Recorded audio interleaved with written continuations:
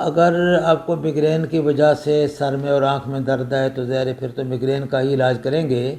لیکن بعض اوقات میگرین نہیں ہوتا، آپ کی کوئی ریفریکٹیو ایرر ہے، اینک کا نمبر لگتا ہے، بعض اوقات بہت تھوڑا سا نمبر ہوتا ہے اور اس سے شکایت بہت زیادہ ہوتی ہے، تکلیف اس سے بہت زیادہ ہوتی ہے، تو اس کے لیے بہتر یہی ہے کہ آپ اپنا چیک اپ کرائیں، آنکھوں کا کوئی اینک کا نمبر وغیرہ نکلوائیں، ریفریکشن برابر کروائیں۔ تو بعض اوقات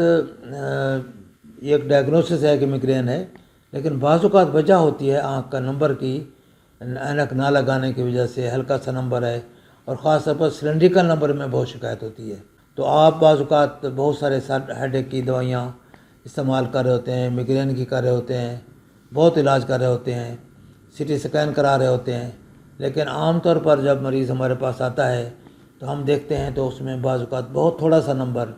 ایون -0.25 سلنڈریکل نمبر لگانے سے ان کے سارے مسائل حل ہو جاتے ہیں، سامنے ایسے بھی ہوا ہے۔ تو اس لیے اس پوائنٹ کو ضرور آپ مد نظر رکھیں کہ آپ اپنا آنکھوں کا چیک اپ کرائیں، اور اگر کوئی اینک کا نمبر ایسا لگنے والا ہے